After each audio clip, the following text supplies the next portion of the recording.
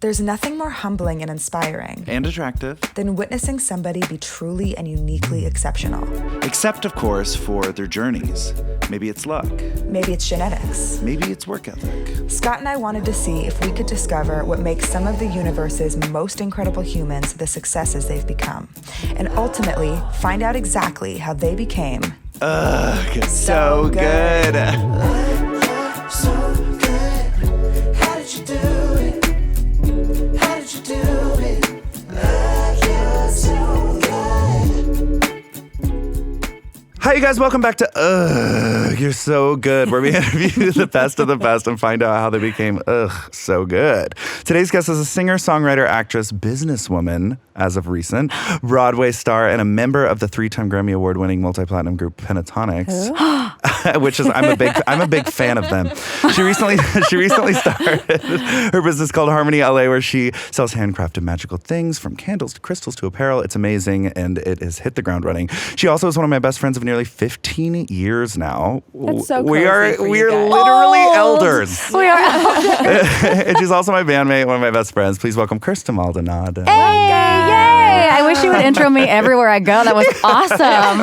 It was concise but very thrilling. Thank We're you. just at like a fast food restaurant. I'm like, this is Kirstin Maldonado. She's a singer, songwriter. How are you? I'm great. I'm so How are excited you you're doing guys? this. We're so excited. It's I am like, so I'm excited so as excited. well. It's a beautiful day. It is a beautiful gorgeous day. day You have a very outside. cute outfit on. Wow, thank you. I know. I I'm left the wearing, house, so I felt like I had to put something on besides sweatpants. You know, it was pretty thrilling. I have those days in that pandemic where I'm like, I need to get dressed. I feel like I'm wearing 100 colors today. Like, this is like it's like warm out. I'm like a winter coat. I don't know what happened. It's just I forgot the skill. I like it. I like it. I've been looking forward to this. It's always such a weird thing, like interviewing someone that I'm literally texting all day, every day. We're like best friends, and now I'm like, welcome to our show. Yeah. How are you doing today? Like, But I am excited to like And I feel dive like into when you and I everything. did our first episode, just me and Scott, like I learned about you. You know, like there were things Yeah, like I had never thought to ask you because like we're just friends. It's like there's like something about like actually asking these questions that I would never think to ask my friend. Totally. Yeah. It's like when you're drunk with your friends and you do hot seat and you ask each other like What personal is hot questions. seat? It's where you like everyone Oh my goes gosh, we're around. playing it today. We Okay, should play great. it I'm today. so That's down. actually really fun. That would be perfect. Everyone for goes our around podcast. like you ask like a personal question basically, like yeah, a too yeah. intensive one. And you're in the hot seat, so you have to answer it. Oh, I love it. Or you have to do Yeah. a dare. Okay, well, to start off that vibe, we always do a drink moment with this show where we bring a drink that we think either represents our guest or our guest would like. Yeah. And we thought since we're friends, we might as well just start with the drink. It's and Sunday like, fun let's day. do to it. it. Yes. Usually it's like 3/4 the way through, but I'm like, we can't wait today. Let's do it this time. All right, you guys, it's time for my sweet angel of a boyfriend / our mixologist on the show, Mark Manio, to make a drink. Time for a drink. Made by Scott's boyfriend. Time to get wasted. Mark, would Mark, you like to introduce our drink? Yeah. Yes, it's a Paloma. Tequila, Yes. grapefruit, lots of eucalyptus. Just Oh, kidding. good. SOS, safety. Are you allergic to eucalyptus? I'm allergic. Isn't that so sad? That's so sad. I God, it's know. the best. It's a beautiful I know. scent. Scott was like, I put eucalyptus in my shower and it smells so nice, and maybe you should think about it for Harmony. And I was like, I'm so allergic though. I was like, maybe he's... It doesn't matter if you wear gloves. It's still It's like gonna I kill wake you. up and I'm like, oh, beautiful. Mark. Oh my God, this gorge. is exactly what I want to This drink looks right now. delicious. Thank you so Smells much. I know. good. We picked it just because it has tequila in it. We know that's your favorite. I know. I was like, it's me. You got and, me. and Ding, it's ding. fruity and it's fun and it's Tequila fresh. is the most fun kind of tipsy there is, in my opinion. Oh, yeah. It's like energizing. energizing, bright, happy, dancy. Oh, thank you. Yeah, I'm always genuinely smiling, I feel Yeah. like. And sometimes when I drink other drinks, I'm like, I think I'm sad. Yeah, it's like red wine. Yeah, I'm yeah, like, yeah. I can't believe what I happened hate to that. me. Yeah. Yeah. Okay, cheers, guys. Cheers. Yay. Thanks, Yay. Marky. Thanks, Mark. This is good. I'm good. Okay, I had a Oh my God, question. yum. Wait, this is delicious. This is so Okay, good. I hope you guys like it. Are you guys opening this outdoor patio and you're going to have people come? Yeah. It's like a cute little bar. Speakeasy outside. Yeah, Harmony should do a booth. and- Okay, yes, let's do it. Okay, this is something I was talking about with Scott before you got here. Like, I've known you for a decade now, obviously significantly less well than Scott knows you, but I'm just wondering, like sometimes when I look back on myself the past 10 years, I almost don't even recognize myself 10 years ago. And I'm just wondering, do you feel that way? Like when you look back on yourself 10 years ago, beginning of Pentatonix to now, like do you feel like the same person? No. Yeah. No, it's just so crazy. Well, and I feel like I was so navigating who I was at the time as well. And then all of a sudden it was like, and now we're on TV and now everyone's telling you how you should look or like what they don't like about you. And I feel like when we did that and all moved to Los Angeles, I was like, I am confused. And I think I was trying to find like things that I liked, like I wanted to be, but it wasn't necessarily becoming me versus what I thought it should be, you know? Yeah. Yeah, I look back at pictures and they horrify me sometimes. My sense of style has gone up, which is very, very thrilling. All of our sense of style. Everyone here So right that now. is a plus. But it is really crazy. And I just look so baby. We all look so we baby. are such babies. We Yeah. were all and figuring so ourselves innocent. out. I feel like it is particularly hard, like all of us starting a career that's like so people looking at you and On like camera all the time. camera all the time. Yeah. At such a young age when you're under the impression you're grown up. Like I was under the impression that I knew myself at like Totally. 19 and 20 years Yeah. old. But in hindsight, like I feel like I just figured out who I am. Like Yeah, you know I'm, what I like, mean? still Like working on it it. takes a Yeah. long time. And I feel like the way to get there is like through heartbreak and experience and ups and downs and like disappointments. And when you're 19, 20, like most of that, if you're lucky, hasn't happened yet. So it's Yeah. almost like you're thrown off, like be an artist. But you're like, but how am I going It's to like write songs. be You're an like- artist yet? Yeah. Right, exactly. No? Like I would say like 5 years into Pentatonix, like right in the middle, you had this shift.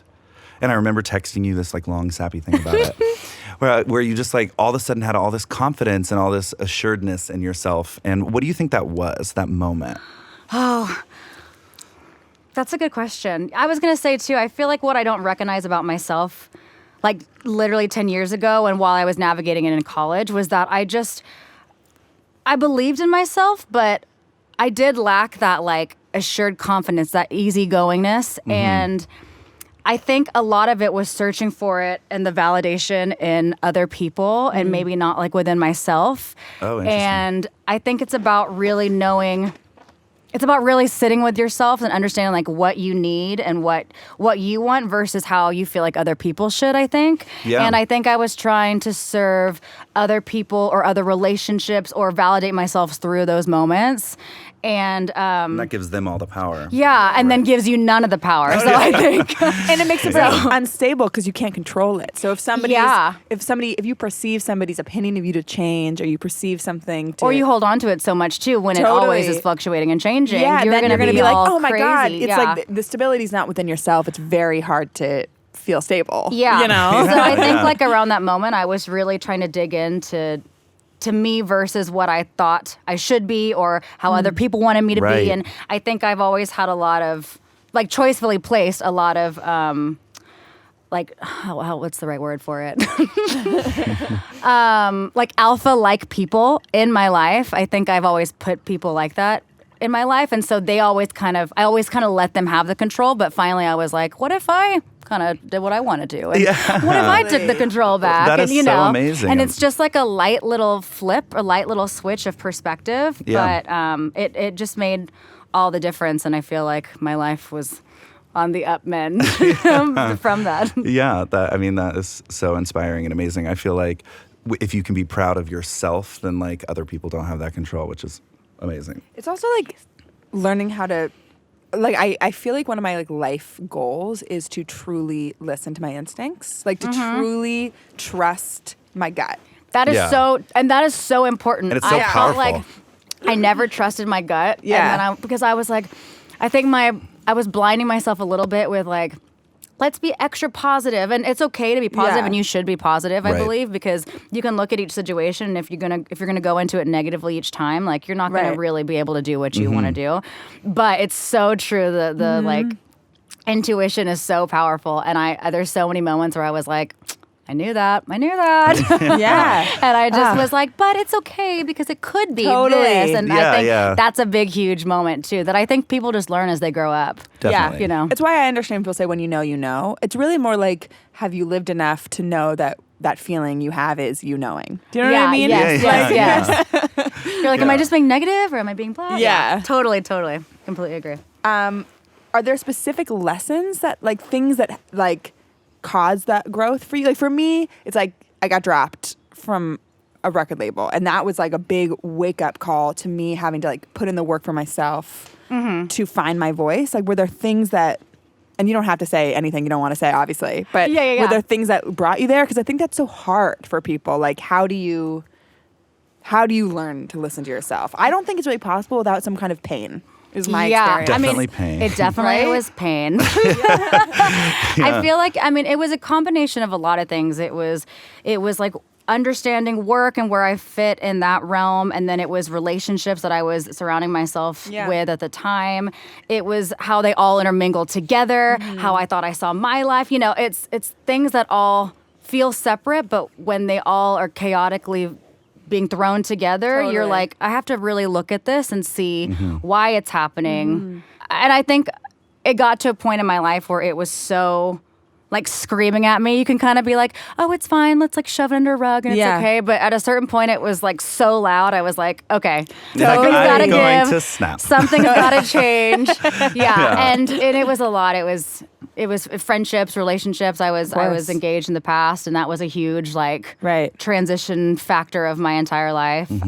Learning from that experience as well, and seeing how that related to my past experiences, like familial or not, or through relationships. You know, I love going to therapy. Oh my God, same. We always talk about therapy on this podcast. Yeah, I also feel like as an artist, like forget the person. I mean, obviously don't. It's great for like growing up as a person too. But as an artist, like I wrote my whole last album about a breakup. Like that to me was like the most necessary experience in my life. It's like such a useful to have your heart broken and to be like, oh, that doesn't work. That doesn't feel good. Why? You know, it's like I feel like I would wish that on anybody. Yeah. Like I would wish that pain on anybody. Yeah. You know? Honestly. It's huge. It's huge. I feel like I wrote my best songs after Totally. when I was in New York with Matt Coma, actually, because I wrote with Matt Coma in New York. It was the first time that I had met him. Oh, cool. And it was like one of the best songwriting experiences of my life. And it was so cathartic. And I remember being there and being like,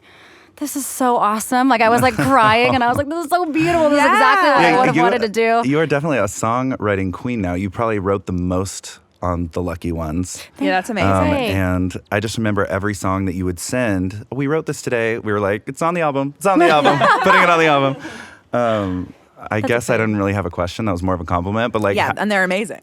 They are so amazing. How was writing those? It was awesome. I feel like I was navigating this new, more in tune part of myself, and also I was dating someone at the time too, so I was navigating like what that meant. And so it's kind of funny because when you listen to the album, like I'm writing like so many happy songs, and I love writing like happy, positive, like yay songs, but also some of them like maybe if we had like a conversation of like, where is this going? What do we think? Like then it's like exit signs or, you know, but it was cool I feel like regardless of where I was at, where my head was or where my heart was, feel so in tune with myself that it was cathartic to be able to write these songs. Like it just felt so good. And I feel like, and you can feel that when you listen to them. Thank you. Definitely. Yeah. Oh my It's God, different now. honesty. It's like, it's like authentic, you know? Oh my gosh, it's different now. It's so scary. But it also feels like so long ago because it was 2 years since we wrote those songs. Yeah. And it was kind of like my first open, I am terrified. I went through so much shit and it was so scary. And I would be heartbroken to have that feeling again, you know? And I was so nervous for people to hear it, but I love that people are saying good things about so it good. and love it. Oh my God, because I was everyone like, loves it's that. amazing. I was telling my mom, I was like, is this too much? Like, am I going to be uncomfortable later when this I comes relate out? to that so much. Do people ever get upset with you for writing about them? No. Rossi's like, me neither. No, nobody's been upset with me. But I am aware that like my mantra is like, if I'm embarrassed to put this in the song, like then put it in the song. Like basically, Yeah, that's people the like that. They sign. respond to that. And sometimes people are like, oh, okay, like you really wrote exactly our conversation into a song. And you're like, yes, I You did. copy pasted our text conversation into lyrics. And it can be scary. I mean, it's very, for me, the scariest part there's always like it hits twice. It's like showing the person that I wrote them. I'm excited to show them, and then I'm like terrified to show them, and then it's like when the song is either right before it comes out or like right after it comes out, and all of a sudden I'm like, did I fucking put that out? Like, am I showing everyone this? Like, what's wrong with me? It's it's a really weird experience to write your like life into music and then share it. You know, it's hard. Being like a gossipy gay that I am, I always like really love that people like spill in their songs because I feel like I'm getting this little inside. Totally. Totally. Like when one of my friends like releases a song, I'm like, I'm gonna listen to this. Yeah. I want to know the tea, honey. I do love, because I know how much you love like those happy upbeat songs, and Love Me When I Don't on Lucky Ones is so good. Oh my God. And you Thank you. wrote the hell out of that. It was such a good, like, amazing, euphoric pop song. It really is. I feel super proud of that one. I was walking out of an ENT appointment at Cedars-Sinai, and I was literally going through the doors, and I was humming the chorus. Oh And my I was like, gosh. I'm going to write this down. But then when I look back on it, it's like Cedars-Sinai, 52. I live by Cedars-Sinai, too, so that's why. Yeah. So funny. Oh my But, gosh. I have like a nerdy singer question Yes. for you. I feel like I can look back on moments that were like vocal breakthroughs for me. Like I learned, like I was thinking, like when I learned A Long Walk by Jill Scott, I was like, oh my God, like this is Pocket. I finally understand. And it like clicked something in me. Like I kind of want to ask you this too, Scott, but like, do you have vocal memories of like a transitional moment where like your voice went from one place to another? Like I just remember the first time I sang in an arena ever, I was like and then like I had to learn how to like breathe out, and like that changed my singing forever. Like to have like a certain calmness. Yeah. You know, like just for like singers listening and for me who's curious, do you have examples of those? Honestly, I feel like I've battled through just the overuse of voice, obviously, like on tour and improper Oh my God! Well, singing. you guys, by the way, I can't even imagine that many hours, and you literally never stop singing for a moment. I know. It's not normal for a human to do that. So I feel like I learned like after 2018, I was using like the vocal straw. I just feel like I finally put things into my life that were teaching me new things. Like you go and you're like, oh, I know how to sing and it's fine. And like obviously you could take more voice lessons and like grow and be better. But I was just like, oh, I don't have time or whatever about it. And I feel like honestly within the last year, or I guess 2 years now, because I don't even know what day it is. But I feel like my voice has changed and it feels a lot cleaner. It feels like it sits in a lot better and healthier place. Yeah. Where before I know that I was just always struggling, and even just with like allergies, just traveling around so much before, I feel like it didn't really lock in until like the last 2 years or so. And I feel like I haven't even really been that sick or that like miserable. Totally. I've heard Jeffrey Allen, who my sometimes yours. I don't know. Have you ever studied with him before? No, I know who he is. Okay, Yeah. he's amazing. But he always used to say to me, "You're like end of your 20s and your 30s are like when things like fall into place or something." I'm butchering his words. I would agree with that because I relate to that. In the past 2 years, I feel like I finally figured out actually genuinely how much I need to hydrate on tour. Yeah. And then also I just sing shows at a fourth of the volume, and I use interesting. And I use like way less air. I used to take these big breaths before belting. Totally. You don't really need that. They actually like make your cords activate in an unhealthy way. The air is pushing against them. Yeah, you And don't want all so- that air build up underneath. That was such an aha moment for me as a That was singer. an aha moment for me. And so now I just like have so much more stamina because I Yeah. sing lighter, and the microphone does so much of the work. You don't have to be belting your face off. Yeah. Yeah.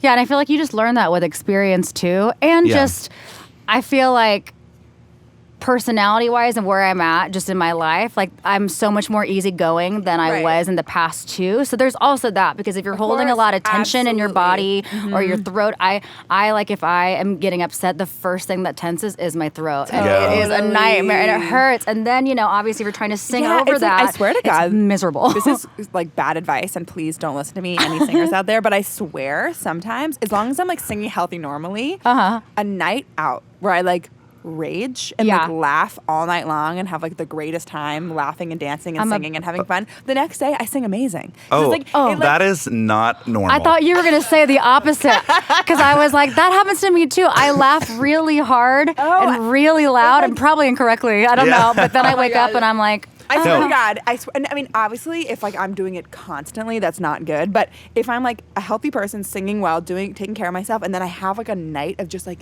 fun. But also, the you're next raging day- and you're quote unquote fun. It's like, ooh, I had a little sip of a Paloma and went to bed at 9. She's like, I'm still in bed before midnight. And I was like, No, you're the worst thing, honestly, the worst thing is when I go to like a restaurant and I don't even That's the realize I'm worst. screaming Yes. for 3 That's hours. the worst. Yes. I mean, more And then from, I'm like, why is my that's voice so tired today? And I'm like, oh, I was yelled screaming for 4 hours. Yeah. Totally. Yeah. Can't wait to yell in a restaurant again. Oh, I me too. know. I can't wait to ruin my vocal cords. doesn't that sound nice? Sounds amazing. Okay, I guess I want to know, like, I also want to ask Scott this, but it's not about you. It's about Chrissy, so it's not. Like, when you look back on the past 10 years, like, which moments stand out? It's like, that is what I'm proud of, or like, that is what brings me the most joy to like kind of relive that experience.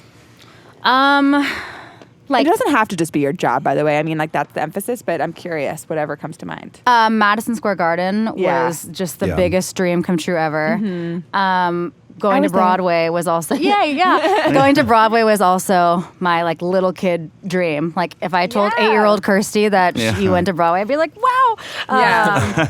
And then I think personally, not work related, just knowing when to say no, and that could be to just whatever random asks that was pulling out of a relationship that I knew wasn't good for me and my environment and Yeah. everything.